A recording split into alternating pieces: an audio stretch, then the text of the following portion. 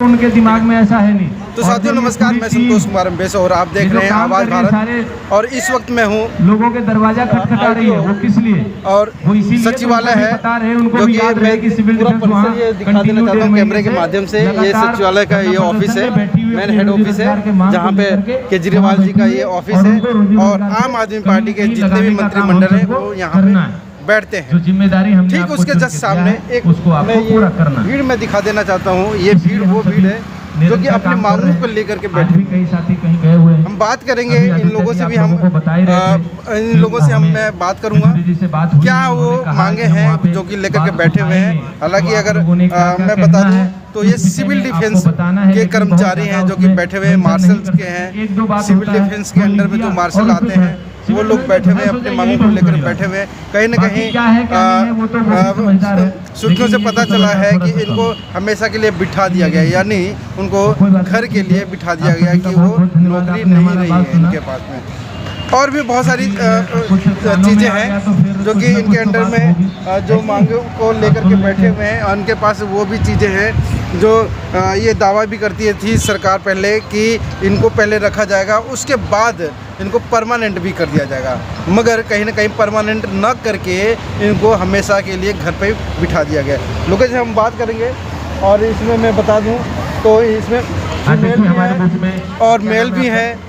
और ये जो शांतिपुर धरना का ये बैनर है लगभग 27/10/2023 से लेकर के अभी तक यानी 24 घंटे लगातार ये धरना प्रदर्शन चला है। आज जो दिन है वो 51वां दिन है, 51 डेज हो गए हैं, मगर फिर भी सरकार के कान तक छू तक नहीं रखती। यहीं से इनकी गाड़ी गुजरती है और यहीं से वो अंदर हो जाते हैं और यहाँ तक झांक करके भी नहीं देखते कि ये लोग बैठे हुए 51 दिन से। तो इनकी जो मांगे हैं एक बार सुन लिया जाए और क्या है मांगे जो उन्होंने वादा किया था वो पूरा क्यों नहीं कर पा रहे। ये सबसे बड़ा प्रश्न चिन्ह लोगों के बीच में है और जो यहाँ पे बैठे हैं। सर क्या कहना चाहेंगे कि आज 51 दिन हो गए, आप लोगों की मांगे पूरी हुई, जस्ट सामने ही कहीं ना कहीं वो जो ऑफिस दिखाई दे रहा है उन ऑफिस के जो खिड़कियां लगी हैं वहीं से कहीं ना कहीं केजरीवाल जी भी झांक करके देखते होंगे। बहुत बुरा लगा है सर, इतने दिन हो गए, हमारा रोजगार छीन लिया गया है, बहुत ज़्यादा परेशान है सभी लोग। घर आर्थिक स्थिति बहुत ख़राब हो चुकी है घर की भी, और सरकार हमारी सुन रही नहीं है, ना एलजी साहब सुन रहे हैं, ना सरकार सुन रही है। सरकार सुन रही है, बहुत ज़्यादा परेशान है, कोई सुनने को तैयार ही नहीं, कोई सुनने को तैयार नहीं। तो आप लोगों की क्या क्या मांगे? कहीं ज़्यादा कोई बड़ी कुछ नहीं है सर। हमारी मांग है कि हमें नौकरी पे दोबारा रखा जाए। अच्छा। और हमारे जो है ASIPF की सुविधा होनी चाहिए और भविष्य में हमारे साथ दोबारा ऐसा ना हो। हमारी ये मांग है, ज़्यादा बड़ी मांग है। ESI की सुविधा होनी चाहिए क्योंकि ये मेडिकल से संबंधित है और ये दिन रात अगर अपने ड्यूटी को निभाते हैं ईमानदारी से तो कहीं ना कहीं इनके स्वास्थ्य को देखते हुए इनके ESI भी होनी चाहिए। मगर जब नौकरी नहीं रही तो कहीं ना कहीं ESI वगैरह ये सब जो फंड है वो कैसे मिलेगा? सर आपका परिचय? मेरा नाम राजेश सक्सेना है। मैं सेल टैक्स में जॉब कर रहा था एज ए सिविल डिफेंस के थ्रू, सिक्योरिटी में कर रहे थे सिविल डिफेंस के थ्रू। मैं नौकरी से निकाल दिया गया। मैं जब 1 तारीख को सो के उठा अपने ऑफिस गया, मुझे वहाँ पर बताया गया कि आपकी नौकरी नहीं रही है, आपको नौकरी हटा दिया गया है। अब मैं सरकार को बताता हूँ इसके बारे में हम कहाँ जाएँगे। मुझे 8 साल हो गए देश की सेवा करते हुए और मेरे भाई ये हैं इन्हें 4 साल हो गए हैं DTC में काम करते हुए। अब ये हमारी लगभग सेम एज है, हमारी 45 साल से ऊपर है। हम इस धरने में से 1-2 बार नौकरी के लिए मांगने भी गए। हम नौकरी तो गए 51 दिन हो गए, हम कहाँ जाएँ? खाने को रोटी मिल रही घर में। हमारे पास जो पैसा मिला था हमारे को 10 मिनट से मेरी सैलरी रुकी थी जो मुझे मिली वो सारी कर्जे में चली गई है। तो हम नौकरी की तलाश में गए तो हमें नौकरी में बाहर निकाल दिया गया, धक्के तक दे दिया गया हमारे को। अच्छा। कि भाई साहब आपकी एज ज़्यादा हो गई है, आप किस लिए आए हो? आप इतने में तो हम जवान आदमी रख लेंगे, 10-12 हज़ार में हम जवान आदमी रख लेंगे। आप 20 हज़ार सैलरी मांग रहे हो हमसे, हम आप 10-10 हज़ार के 2 जवान लड़के नहीं रख लेंगे हम। आप अकेले आदमी कितना काम कर लोगे? इसलिए हम आपको नौकरी में नहीं रख सकते। आपके साथ में क्या हुआ? देखो जी, हम तो 8-10 साल से नौकरी कर रहे हैं, इसमें सिविल डिफेंस में हैं और अचानक हमें देखो एक नवंबर को ये कह दिया गया कि आपको अब नौकरी से डिस्चार्ज किया जा रहा है। हम तो नौकरी पे डेली जाते थे और हमारा क्या कसूर है। 1962 का जो एक्ट इन्होंने हवाला देते हुए कहा कि अब आप आपदा में आते हो और निष्काम सेवा है, तो ये बताओ ऑल इंडिया में सिविल डिफेंस है तो वहाँ पे ड्यूटी कर रहे हैं वो लोग, उनको क्यों नहीं हटाया? दिल्ली सरकार ने हम ही लोगों को क्यों हटाया? हम तो ये सवाल करते हैं हमारी नौकरी दी जाए। और इतने लोग हम इतने बैठे हैं, 10,792 लोगों को हमें बेघर कर दिया गया है। लाखों लोग जुड़े हुए, हमारे परिवार सब कुछ, और हर चीज़ की बहुत परेशानी हो रही है। अच्छा, आप लोगों की जो नियुक्ति की जो प्रक्रिया होती है वो किस तरह की हुई थी? हमारी जो कॉल आउट लेटर से हुई है। हम डीएम एसडीएम के अंडर में होते हैं दिल्ली गवर्नमेंट में, और हमारा इंटरव्यू बाकायदा होता है। उसमें डीएम एसडीएम पूरे बोर्ड बैठता है, तो उसमें सेलेक्टेड होते हैं। हमारी हाइट होती है, बेसिक ट्रेनिंग होती है, फिजिकल रिटर्न सब कुछ होता है। उसमें हमारा नंबर आता है और उसके मुताबिक लिस्ट बना के हमें जहाँ हमें बुलाया जाता है वहाँ पे रिक्वायरमेंट के वहाँ जाया जाता है हमको। और 3 साल का हमारा रिन्यूअल किया जाता है, उसके बेस पे हम ड्यूटी करते हैं। तो आपकी जो नियुक्ति, जो जितने भी सिविल डिफेंस की जो नियुक्ति की जो प्रक्रिया होती है वो जैसे गवर्नमेंट की टाइप की होती है, उस टाइप की होती है? आपका सर्टिफिकेट वगैरह सब कुछ लगा हुआ उसमें? सब कुछ लगा हुआ है हम पे। हमारा 3 साल का रिन्यूअल होता है, गवर्नमेंट की तरफ से ही हमारी नियुक्ति होती है। और डीएम एसडीएम जो है हमें सेलेक्ट करते हैं। कहीं जॉब कॉल आउट के लिए बुलाते हैं तो हम वहाँ बाकायदा वर्दी में इंटरव्यू देने जाते हैं। और हमें वहाँ जैसे बीटीसी में, मार्शल या दिल्ली के 40 विभाग हैं, वहाँ पे हमारे सिविल डिफेंस वॉलंटियर हर जगह लगे हुए थे, जिनको आज सबको बाहर कर दिया गया है। 11,000 समथिंग है और बेघर हो गए हम लोग। हमें कम से कम 50 दिन से ऊपर हो गए हैं धरना देते हुए। दिल्ली गवर्नमेंट का कोई अधिकारी हमारे पास कोई नहीं आया मिलने, कोई भी आश्वासन नहीं देने आया कि हमारा क्या होगा। कोई ऐसी कोई कहीं से कोई हमारे पास प्रक्रिया किसी भी चीज़ की नहीं हो पाई है गवर्नमेंट की तरफ से। आप अभी इसी धरने के? जी मैम, तो ये चाहते हैं जो नौकरी हमें ली गई है वो वापस दी जाए। 50 साल की उम्र होगी, अब हम कहाँ काम करेंगे, कहाँ देखेंगे सारे लोग। चलिए, तो ये वो लोग हैं जो सिविल डिफेंस में इससे पहले काम करते थे 51 दिन पहले, मगर अचानक से इनके पास एक कॉल आती है कि आपको नौकरी से बर्खास्त किया जाता है।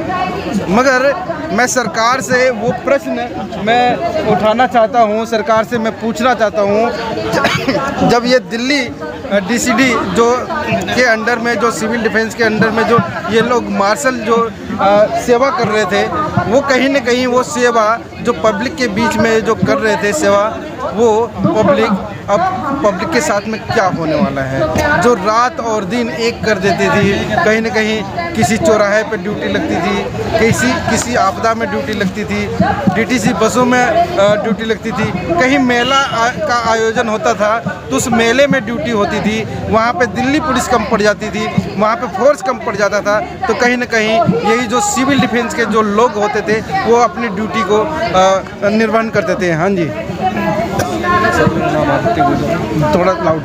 सर, मेरा नाम आदित्य गुजर है और हम दिल्ली सिविल डिफेंस से हैं। मैं सर दिल्ली सिविल डिफेंस में 2021 में आया था और आने के बाद में ही एक हमारी हर डिस्ट्रिक्ट से एक लिस्ट बनती है, मतलब एक बच्चे चुने जाते हैं जो जवान होते हैं, परिक्रमा उनकी होती है बैंड की ट्रेनिंग, जो 1 साल की ट्रेनिंग होती है। वो ट्रेनिंग हमें CTI में दी जाती है, ट्रेनिंग सेंटर इंस्टीट्यूट में, जो 1 साल की ट्रेनिंग होती है। उसके बाद जो हमारा बैंड का कोर्स चलता है, कोर्स चलने के बाद हमें एक सर्टिफिकेट दिया जाता है जो दिल्ली पुलिस के अधिकारियों द्वारा और हमारे जो राजा गार्डन के समदोष्टा कनिष्ठ विभाग है उसके द्वारा और वहाँ के सभी स्टाफ के द्वारा। फिर हमारे जो अश्वनी कुमार डीकॉम है, उन्होंने हमें एक राय दी थी कि आपको हम परमानेंट करेंगे बैंड को, जो परेडों में चलता है।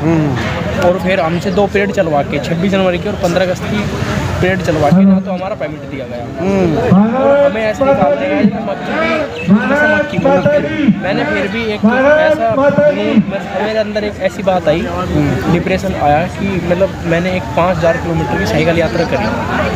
अच्छा। हाँ जी। कब से कब तक? तो मैंने 19 अगस्त को शुरू की थी दिल्ली के लाल किले से। अच्छा। और ये तुम्हारे लगभग ये 60 दिन में पूरी हो गई थी। अच्छा, कहाँ से कहाँ तक? दिल्ली के लाल किले से शुरू करी थी। तुम्हारे जितने भी धार्मिक स्थल है, केदारनाथ, बद्रीनाथ और हरिद्वार, रुड़की, राजस्थान, हरियाणा, पंजाब, जहाँ तक फिर आके दिल्ली को ही समाप्त, दिल्ली में आके समाप्त करी थी। लेकिन इस चीज़ से जहाँ भी मैं अलग अलग स्टेट में गया, वहाँ पे पता चला वहाँ पे पुलिस फोर्स होती है, सबने सम्मान दिया। तो क्या दिल्ली सरकार की तरफ से आपको कोई रिकॉर्ड नहीं मिला? कुछ नहीं मिला सर। अच्छा, कि आप एक रिकॉर्ड बनाया है 5000 साइकिलिंग करने का, 5000 किलोमीटर पूरे मतलब देश का भ्रमण करने पे तो साइकिलिंग चलाने का कोई मतलब रिकॉर्ड नहीं मिला। और हमने इनको मेल भी डाली थी, जो मेल ये रिजेक्ट कर देते हैं। तो ये सबसे बड़ी जो सवाल है दिल्ली सरकार के ऊपर, ये जो लोग बैठे हुए हैं उनको साजती है कि कहीं ना कहीं ये जो दिल्ली जो सरकार है जिन वादों को लेकर के आई थी कि हम जितने भी एडोक यानी जितने भी क्या बोलते हैं हिंदी में, अरे ठेकेदारी, हाँ, एडोक में चलो भारत सरकार को कुछ कहना चाहता है? एक मिनट, यहाँ से जितने भी ठेकेदारी के अंडर में जितने भी कर्मचारी आते हैं उनको हम परमानेंट करेंगे।